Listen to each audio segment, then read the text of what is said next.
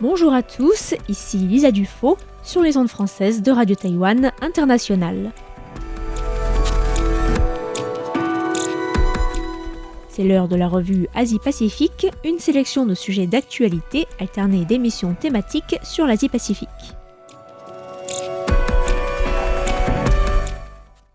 Bonjour à tous et bienvenue dans la revue Asie-Pacifique de cette semaine. Dans la revue de presse de l'Asie-Pacifique de ce mardi 12 septembre, je vous propose de nous pencher tout d'abord sur la visite du leader nord-coréen en Russie, où une rencontre avec le président russe Vladimir Poutine est attendue dans la ville de Vladivostok.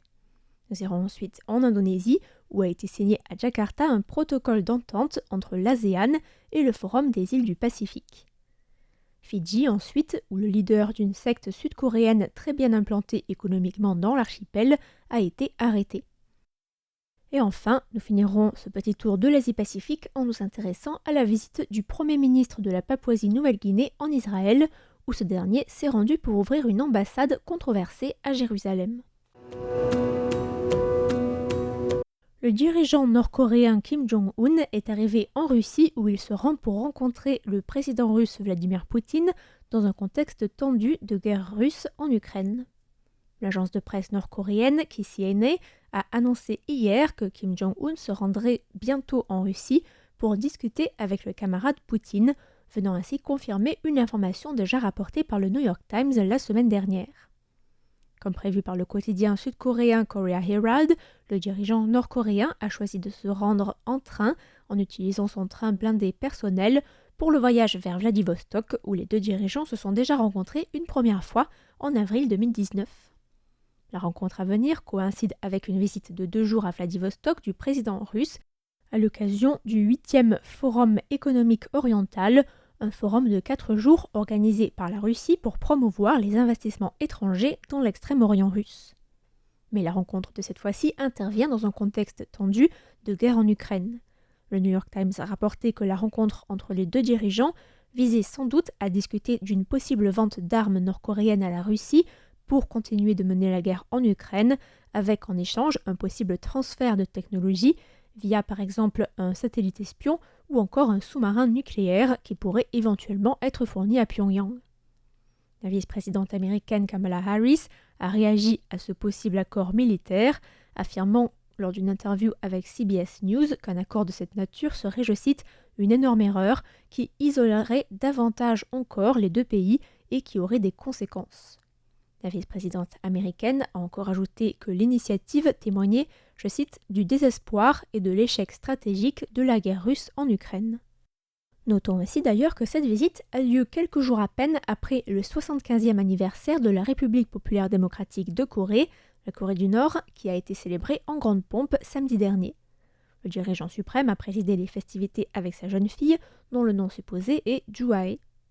Kim Jong-un a appelé la population nord-coréenne à faire preuve de patriotisme lors de la grande parade paramilitaire organisée à l'occasion, que l'agence de presse nord-coréenne a qualifiée de grand événement révolutionnaire célébré avec enthousiasme patriote et haute fierté nationale. Notons qu'ont assisté à cette parade une délégation chinoise emmenée par le vice-premier ministre chinois Liu Guozhong, mais qu'il n'y avait pas de délégation russe, seulement un groupe de chants et de danse militaires venus de Russie. Un protocole d'entente a été signé la semaine dernière entre l'ASEAN et le Forum des îles du Pacifique en marge du sommet de l'Association des Nations de l'Asie du Sud-Est qui s'est tenu du 5 au 7 septembre dans la capitale indonésienne. Étaient présents, outre les dirigeants des 11 pays de l'ASEAN, des représentants d'autres pays et d'organisations internationales telles que l'ONU, la Banque mondiale ou encore le Fonds monétaire international.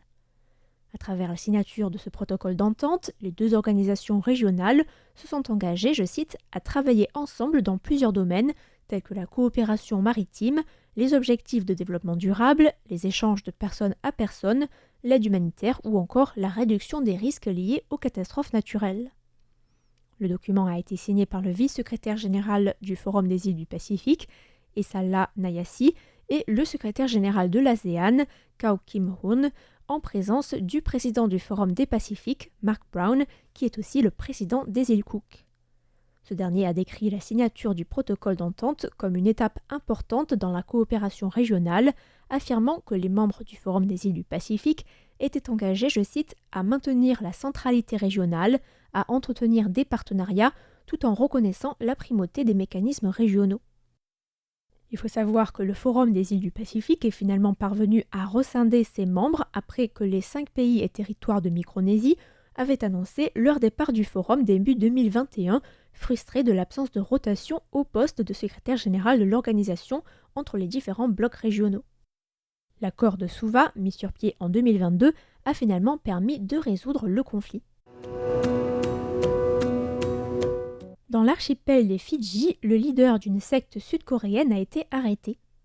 Le ministre de l'Intérieur et de l'Immigration des Fidji, Pio Tikoduadua, a annoncé la semaine dernière que 6 membres de la secte avaient été déclarés immigrants illégaux dans l'archipel suite à l'annulation de leur passeport par la Corée du Sud.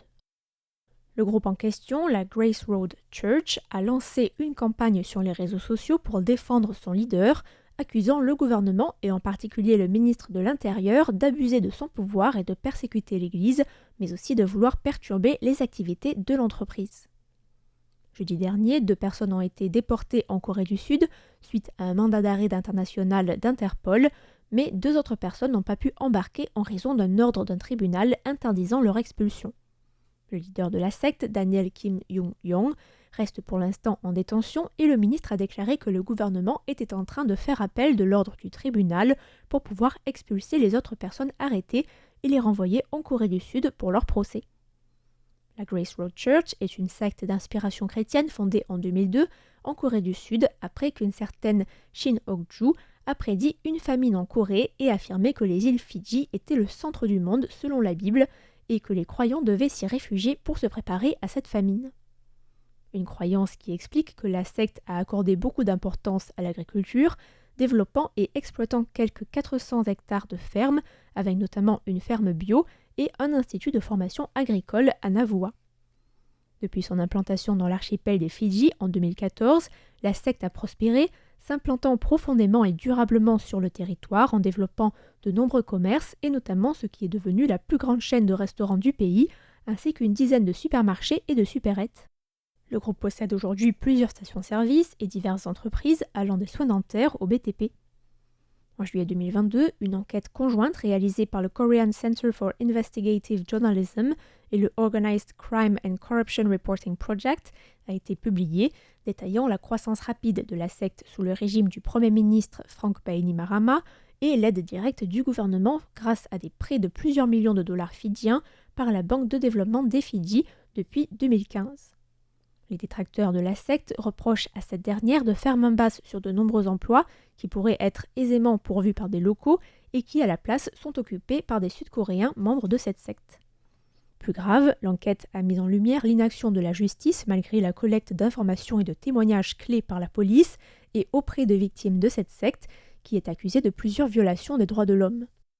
Notons que l'ancienne leader de la secte, Shin Ok-ju, sert actuellement une peine de 6 ans en Corée du Sud pour agression, abus sur enfants, travail forcé ou encore séquestration de ses adeptes. Le Premier ministre de Papouasie-Nouvelle-Guinée, James Marape, a inauguré la semaine dernière une ambassade controversée à Jérusalem-Ouest. L'ouverture de l'ambassade fait de la Papouasie-Nouvelle-Guinée le 5e pays à ouvrir une mission diplomatique à Jérusalem, faisant suite aux États-Unis qui, en mai 2018, sous l'administration Trump, ont déménagé leur ambassade en Israël de Tel Aviv à Jérusalem. Après Washington, le Honduras, le Guatemala et le Kosovo ont ensuite ouvert une représentation diplomatique à Jérusalem, sachant que l'inauguration intervient après que la Papouasie-Nouvelle-Guinée a révélé qu'Israël financerait les coûts de l'ambassade pendant les 3 premières années. L'inauguration de l'ambassade a été sévèrement condamnée par les autorités palestiniennes qui ont qualifié la décision d'agression et de violation du droit international et des résolutions de l'ONU. Elle a été également critiquée par l'Organisation de la coopération islamique et par la Jordanie. James Marape a quant à lui insisté sur les motifs religieux derrière cette décision, citant un héritage commun, la Papouasie-Nouvelle-Guinée étant un pays chrétien et profondément religieux. Le Premier ministre a ainsi qualifié Jérusalem, je cite, de capitale universelle du pays et du peuple d'Israël, et a à son tour demandé à Israël d'ouvrir une ambassade dans la capitale de Papouasie-Nouvelle-Guinée, Port Moresby. Le Premier ministre de Papouasie-Nouvelle-Guinée espère, en outre, attirer ainsi des investissements israéliens en Papouasie-Nouvelle-Guinée, et notamment dans une zone économique spéciale créée pour les investisseurs, et a également proposé qu'une délégation d'hommes d'affaires se rende en Papouasie-Nouvelle-Guinée pour étudier les possibilités d'investissement. Notons que le gouvernement fidjien du Premier ministre Sitiveni Rabuka s'est également engagé il y a plusieurs mois à ouvrir une ambassade à Jérusalem dans le cadre d'un accord avec un petit parti chrétien qui a rejoint la coalition actuellement au pouvoir au Fidji.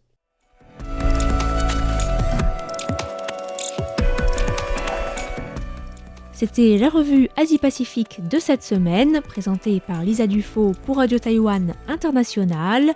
Merci pour votre écoute et à la semaine prochaine.